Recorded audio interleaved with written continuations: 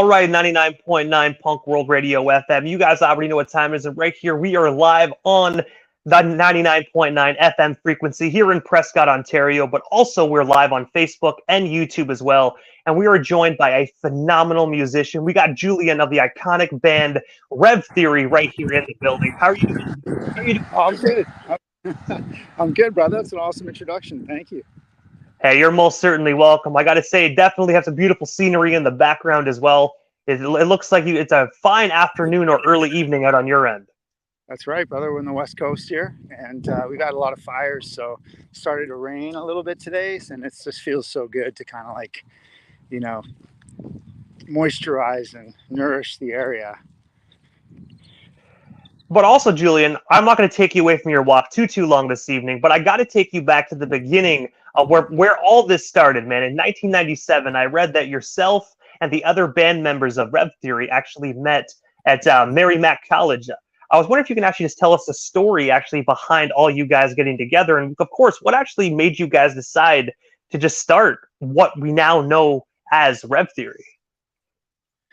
Yeah, at the time I was going to college, I was a freshman, and Dave, our drummer, was a freshman, and our friend Colin, actually, he was the old bass player. He started with us, but we all lived in the same hall freshman year, and it just so happened that around Christmas time, someone bought a drum set, and brought it to the dorm, and I heard Dave kind of banging away at it, and I didn't know it was Dave banging away at it at the time, but I had heard some drums, and I was like, holy shit, and then I actually only knew Dave as a kid down the hall that would play guitar from time to time. And, I'd stop on the way at his room and jam with him late at night sometimes when we were drunk, and just a nice kid. And I didn't realize he was such a good drummer. He never told me. So when I heard him play drums, I was like, hey, do you mind if I play with you? And we started jamming, literally played probably like Machine Head by Bush and played some STP right off the bat. It's just kind of simple songs that we kind of both knew that we could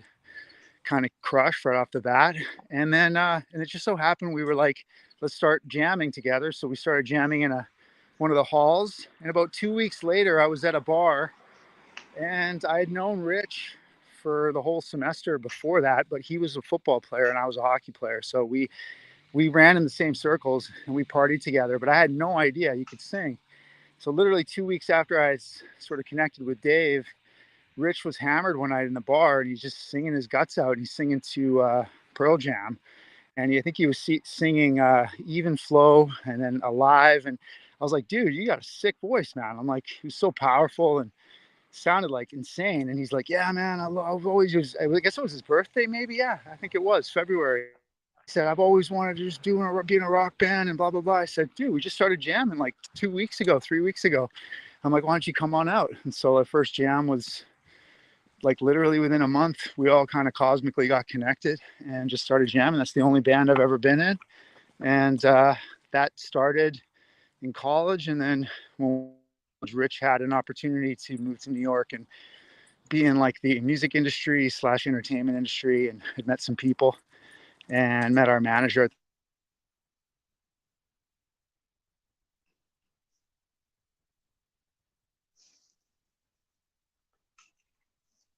Looks like we lost him briefly, ladies and gentlemen. We'll wait a second and see if he might just hit like a dead spot on the reception. Wait a few seconds. Hope everyone is having a great night tonight. Oh, just got him back there. Yeah, buddy. Yeah. There we go. Nice.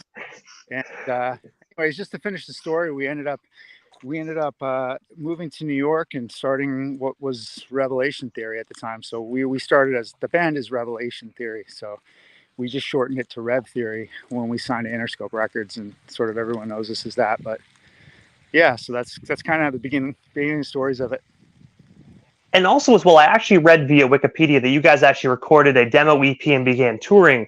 But in 2005, you guys were actually contacted to join the Girls Gone Wild Rocks America tour. I was wondering if you can actually tell us a bit more about that. And of course, how did that tour ultimately get you guys signed with EMI? Because if I'm not mistaken, I believe that's the tour where EMI actually ultimately discovered Revelation Theory, now known as Rev Theory.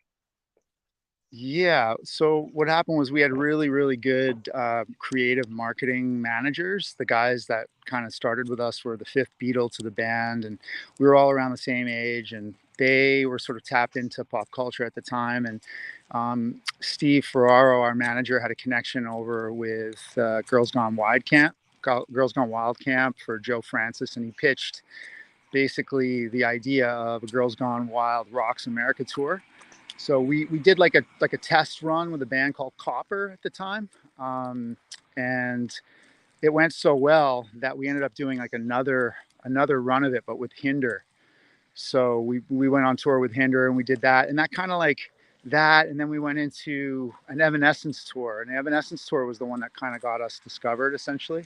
But yeah, there's the Girls Gone Wild Rocks America is exactly what you think it would be, right? It's just like just insanity all day, all night. Lots of cameras. And also, as well, June 10th of 2008, you guys actually released one of your most famous albums titled Light It Up. I was wondering if you can actually just tell us the story behind this amazing record. And of course, what was it like just working with Interscope Records for this particular release? Because if I'm not mistaken, this is actually your first album to come out on Jimmy Iovine's label, Interscope. That's right. Yeah, we were just lucky enough to be in the right place at the right time in Los Angeles. We had been rehearsing at Swing House Studios, which is in downtown Hollywood, and a lot of people come through LA. So we had our friends in Hinder were in town, and their producer Brian House, who produced Lips of an Angel and Get Stoned and all those big songs with Hinder, him and Cody, the drummer from Hinder, came down, and they were just at the rehearsal studio, and we had written Broken Bones and You're the One recently. Like we had written a couple ballads, and Brian House, the producer, was like really into it. He's like, damn, this is pretty good. Do you mind? He's like, I actually just got a deal with Interscope, like what's called a joint venture deal. So it's like he's working with Interscope. So he brought down the Interscope rep, and him and Jeff Sosnow signed us like 2 weeks later. They had a deal on the table. So we just went into that record like, just so stoked to be working with those guys. And we also knew we had to deliver, right? There's a lot of pressure, obviously. And we got a chance to work with Brian House and write Hell Yeah. And we got a chance to work with Josh Abraham. And, we had songs like Far From Over. And, it's just a lot of great songs that I feel like we had to step up at that time and deliver. And it was just a lot of pressure, but it was a lot of good pressure. It wasn't stressful. It was a beautiful experience. And speaking of Hell Yeah, you guys actually dropped that second single from that amazing album on March 25th of '08. I was wondering if you can actually just tell us a bit more about this legendary song. And of course, what was it like actually working with WWE diva Ashley on the set of that particular music video filming? Yeah, it was awesome. I mean, Ashley's beautiful. Super sad what happened to her. She ended up taking her own life, unfortunately. But we got to see her in her prime, and we got to spend time with her. And the song Hell Yeah was like, we at the time there was a lot of, like sex, drugs, and rock and roll were sort of starting. Not that it ever went away, but like Buck Cherry was popping off, and Hinder was popping off, and all of this kind of party rock was happening. And so we wanted to, join the party basically. And we had this like idea to write an iconic kind of, arena anthem. And we went up to Vancouver and wrote the song with Brian House, but we didn't have a chorus. So we actually wrote almost the whole track. We had the whole thing, the music and everything, but we didn't have the Hell Yeah part until like literally the 9th inning of recording at Brian's studio, Van House Studios in Vancouver. And we were like, the time was down to the wire, man. We only had a few days left on the budget. And like our A&R guy was up there, and he was just like, what are we going to do? And, Brian like literally went into the studio and just like came out. He's like, I think I got an idea. And we're like, well, dude. And then he just kind of like, hell yeah. We're like, yeah, holy shit, that's crazy. Super like catchy. And so we just kind of ran with it. And obviously it clicked to some extent. And yeah, we got to make the big video. We got to work with Ashley Massaro. We got to work with, a bunch of different people. Director Travis Kolnick, I think his name was. Super talented guy. So we just got real, it was awesome. Being on Interscope was like being in, part of the royal family, right? And that song as well, especially, it's crazy just to know, because I didn't even know that you guys actually were 9th inning and didn't have that chorus, because that chorus is iconic, man. Like, I find that's probably one of the most pumped up choruses you can get, man. Like, when I started going back to the gym again, that's like my go-to song to get me pumped, to get going in the gym, to get my adrenaline going, man. Nice. That's good to hear. But also, before we move off the topic of Hell Yeah, that song was also the theme song for the television series Blue Mountain State. I was wondering if you can actually just tell us a story behind that opportunity, and of course, how did that song become the theme song just in general for that show? Yeah, so we had some, Interscope obviously has its tentacles out in all of the different film and television like lanes as far as movies and TV shows. And so this was a new show getting pitched. And, it was a bit of like it's a comedy, right? It's just a college comedy. And it's like, we have a show called Manglers that we developed sort of as well. And, we were sort of in on the whole comedy element of just, we loved it. Like we loved the idea and we wanted the show to keep going on. Not only were we fans of the show, we thought the song went great with it. And, it's just because it's such a fun song and it's like, it doesn't take itself too seriously, and so we just like, we wish that it had gone on, unfortunately it got canceled after 3 or 4 seasons, but we were lucky just that Interscope had that connection to whoever was making it at, I think, Spike TV at the time. And we ended up getting to go do an episode and playing and meeting all the guys, and still in touch with Alan Richson actually recently from Blue Mountain State, Thad, who's now gone on to be in some incredible things. And just a sweetheart of a guy and a great cast. And, we still stay in touch with a couple of guys. So.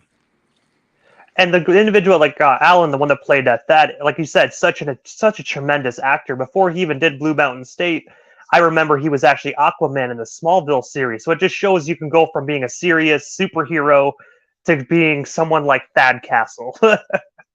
Yeah, like Thad. And now, I think he's done Reacher. He's been in some big stuff, like some Fast and Furious stuff. And yeah, he's going to be around for a while, So, and he's a consummately like amazing professional dude. They actually tried to get the song into the movie, and we ran into some problems with our publisher. There's a lot of red tape in the music business. It's not like you can just like, now it's a little different with TikTok and the way music gets shared and the type of sort of fluidity that sort of scoring things has and virality. But back when we were coming out, it was like you had to have so much permission to move forward. And they were making a Blue Mountain State movie, and it was going to be epic, and everyone was on board. And we, they were emailing with us, like personally being like, we want the song. We were like, absolutely. And then they were like, well, we only have this much of a budget. And we were like, we don't really care about the budget. But the publisher at the time was like, no, we're not taking that little for the song. And they wouldn't approve it. So we didn't get the song to go in the movie. And it was just like, I'm not saying the movie failed because of that, but it definitely, wouldn't have hurt to have it in the movie. That was kind of sad tragedy of the music business and the way it kind of works behind the scenes. But we got it in the show and it lives on, and we're still stoked about that. So. And before we move on the topic of this, I know you mentioned just briefly a few moments ago about how you guys had the opportunity to actually be in season 2, episode 4 of the television show. I think you guys had the opportunity to perform at the Goat House and whatnot, but just, was awesome. I was wondering from what you can recall, because obviously this was like back in like 2010, 2011 criteria. What was it like just being on that set? And of course, you actually have a fondest memory of just behind the scenes of Blue Mountain State that you actually remember and still fondly look back on. Oh, it was awesome, man. It was like, Sammy and all the characters they were so nice. And actually one of the coolest parts was Fred Savage was the director from the Wonder Years. He's quite a popular director in the industry, I guess. So he directed that show. So, we had this picture at the end of the day, because it's a long day. It's not like, oh, it's all fun all the time. You're just sitting around a lot waiting for them to shoot all the parts, right? So you're just sitting with the other extras, you're hanging out, you're eating food, you're chilling. And then you get your chance to go. It's a little bit like just being on tour, really, but a little more boring. And at the end of the day, we just had this amazing picture with Fred Savage, and we got to sit in the Goat House dressing room. We had a picture in the locker room, and just some really like cherished moments as far as like, being with the whole team, our managers, our band. The band was still super tight as far as like, we were all in it to win it at that point. So that was probably one of the crowning moments, or one of the better memories we've had for sure. And also as well, you guys actually had the opportunity to partner up with World Wrestling Entertainment, also known as WWE, to do Randy Orton's iconic entrance music called Voices. I was wondering, how did that opportunity actually arise for you guys? And of course, what was it like just working alongside WWE producer Jim Johnson just to actually create the original version of Voices? Yeah, it was so what happened was same thing with Interscope. We had some sort of relationship with WrestleMania, I think in 2007, 2008. And so it just, they chose Light It Up to be part of, it was the WrestleMania theme song. So we were just like, we were getting blasted there and the fans were loving it. So they ended up doing another song. They took Hell Yeah and used it for One Night Stand, another event. So they used that in a promo. So we'd had a lot of like exposure to their community. And I think Jim Johnson was a really smart guy and he saw that there was sort of this connectivity between, you know, Rich's voice and whatever sound we had and their kind of culture. So he wrote the song Voices and asked us if we would produce it actually. And in the beginning, we were on the road and we were a little green, so we didn't have a lot of experience producing, but we ended up trying to take it on. So, you know, unfortunately, we actually didn't deliver the quality product that he wanted at the time.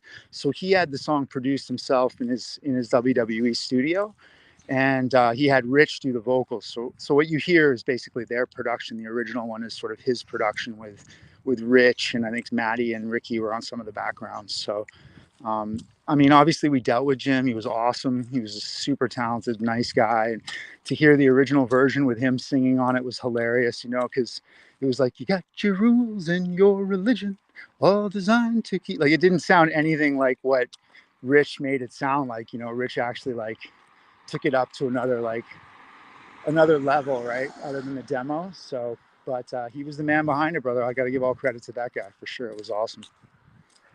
And also, as well, before we move off the topic of WWE, April 6th of 2014, you guys actually had the opportunity to perform Randy Orton's entrance music live at WrestleMania 30 in front of 65,000 fans. I was wondering, what was that experience like? And of course, just being able to do a performance on the grandest stage of them all, as they call it in the wrestling world. Yeah, it was, I mean, that was probably another like amazing achievement. And I think like, you know, like the performance itself was fun. It was exciting. It's, you know, the WWE is a spectacle. It's different, right? They're obviously all eyes are on Randy. All eyes are on the experience. You know, we were providing sort of the backdrop for that. So I think that was, you know, it was different than like if everyone was there to see the band. You know, that would be like, whoa, that would be a fucking drug. But this was still pretty awesome, not gonna lie. But I think the best part of it for me personally, in my experience, was being backstage, getting to meet the guys, getting to hang with the legends. Like it was a Hall of Fame weekend as well. They blended together, so it was like Bret the Hitman Hart and Hulk Hogan. We got an awesome picture with Hogan and Mr. T and Randy Orton, and I mean everyone was so nice and so cool. So like that part to me is the stuff that I'm gonna, obviously I remember playing the song. It was cool, it was fun and stuff, but it was more just being part of the whole like community backstage that really like just, it makes you feel like, wow, you're part of something something iconic here, you know? Yeah, especially being able to share like this the backstage area with Hogan and Steve Austin. I don't know. Me as a wrestling fan, I probably would like probably take 2 steps and faint, but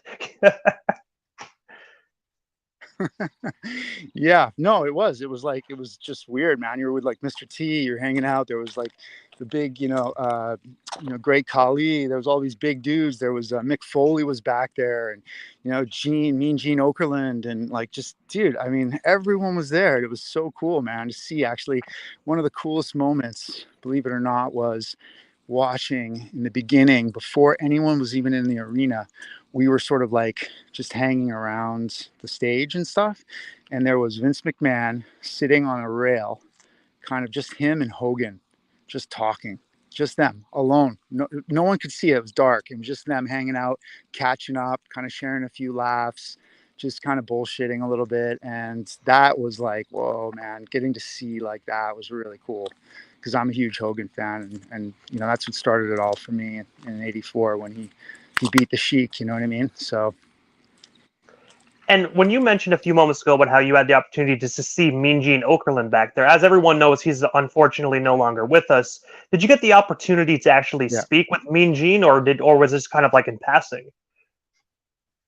No, he was super friendly, man. Like he was so nice. Like we were back because we were back eating with those guys, right? Like that's where we were breaking bread with, like, in the buffet line, and Mick Foley was back there, Mankind and shit. Who else? The Rock was back there. We got a picture with The Rock, and he was super nice. Like such a charismatically kind and authentic dude.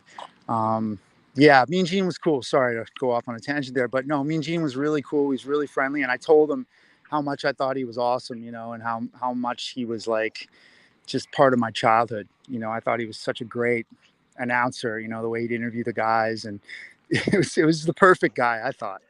So And also as well, yeah, September 9th. Oh, my apologies, no, go Julian. ahead. No, go I was ahead, gonna brother.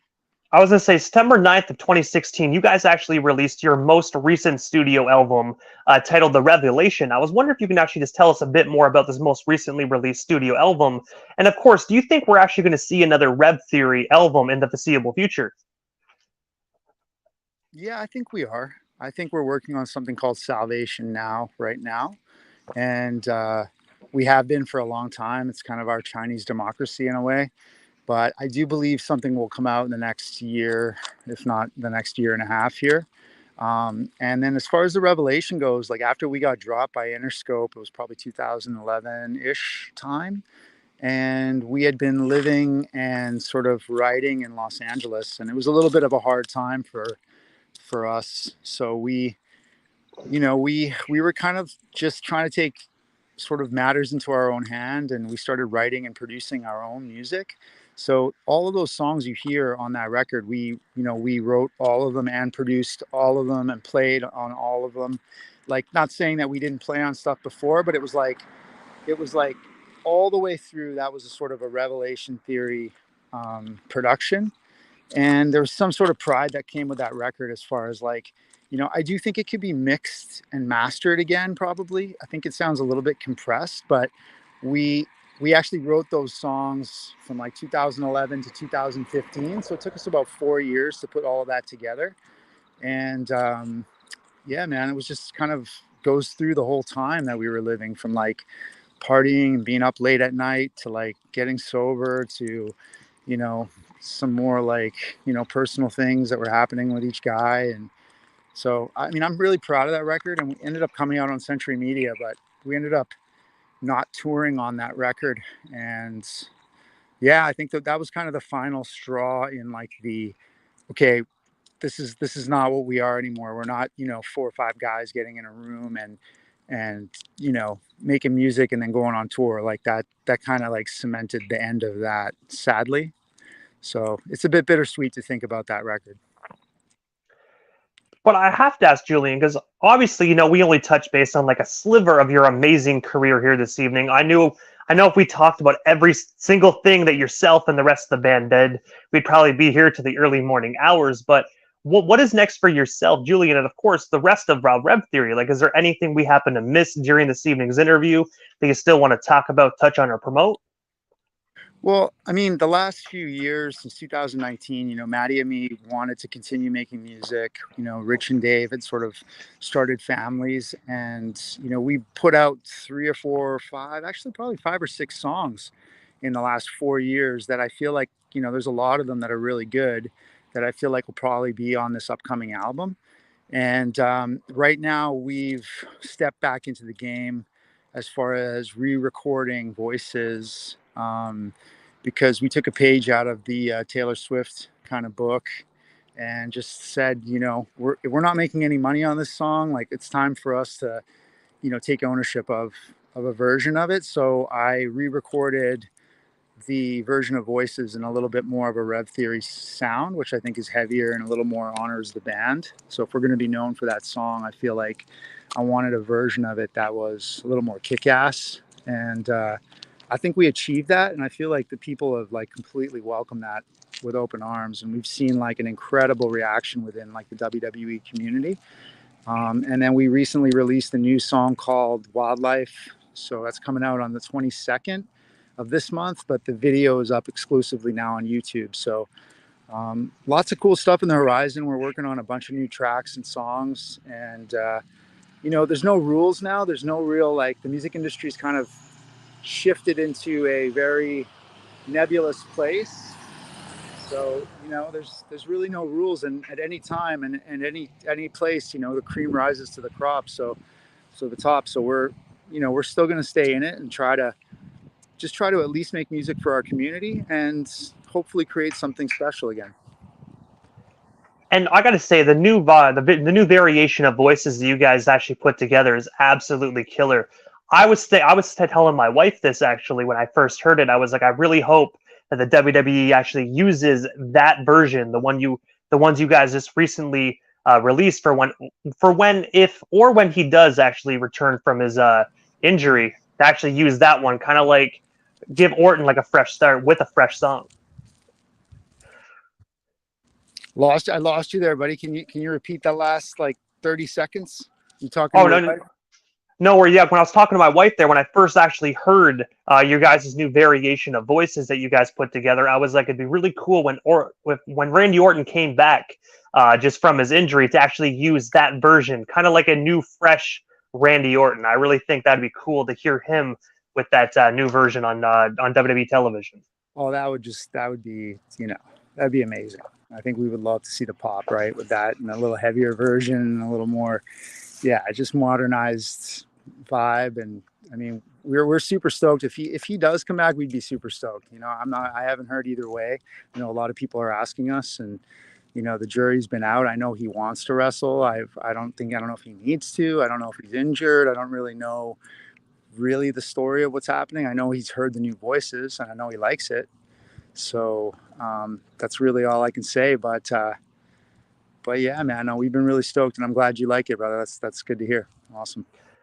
And I got to say, as a Randy Orton fan myself, I will say if he doesn't come back and doesn't continue wrestling, I'm just happy that he actually gave us 20 plus years of nothing but memories. So I find if he ends his career now, he definitely gave us a lot of memories. Yeah, exactly. He can ride off into the sunset and stuff, and he, you know, proud of what he's done. And you know, there's like, I watched the Conor McGregor Netflix documentary, and it's like, you know, a guy breaks his leg and has a couple losses, and you know, it's like, when do you hang him up? You know, and it's the same thing for a band. It's the same thing for anybody, right? When is it time, or is it time? And especially if you're an athlete, right? And those guys put themselves through so much, man. I mean, we saw the type of, you know, commitment that it takes. We've been around the WWE a lot of years there, and it's like, those guys are athletes, man. You know what I mean? Like, they are really putting their body in like a serious like performance / athleticism / you know, just like, you know, it's really, really special. So the fact that he had 20 years and his body was able to handle that, that's amazing. That's more than a lot of guys, you know. And Julien, before we actually part ways here this evening, man, obviously I know how to follow you yourself and the band on social media, but for the individuals that, you know, might not be that social media savvy, how do they go about following not only yourself, but Rev Theory across all social media platforms? Sorry, brother, you're breaking up again. Oh, no, it's all good. I was going to say, like, I was going to say, how can individuals actually follow not only yourself, but Rev Theory across all social media platforms? Yeah, I would go to revtheory.comi.io, I think it is. It's on our Instagram. Go find Rev Theory Official on Instagram, Facebook, YouTube. Our channel's blowing up on YouTube. We've gotten a lot of action on our YouTube channel. So I would just go to Rev Theory YouTube. And yeah, all my socials are just my name, Julien Jorgensen. So if you feel like, you know, adding me as well, it's fine too. So. And I got to say, first and foremost, Julien, thank you so much for just a little bit of your time here this evening. And of course, thank you so much for years of monumental music that not only myself, but also millions of fans had the opportunity to enjoy, man. I've been a huge Rev Theory fan for years. So just having this opportunity to speak with you this evening and help promote your guys' newest stuff and just hear amazing stories from your history within the music industry is such an honor, man. So thank you so much for the music you made. Right on. Thanks, TJ Immortal. Most appreciated, brother. Hey, you're most certainly welcome. Have a so wonderful night, Julien. All right. Cheers, brother. Talk soon.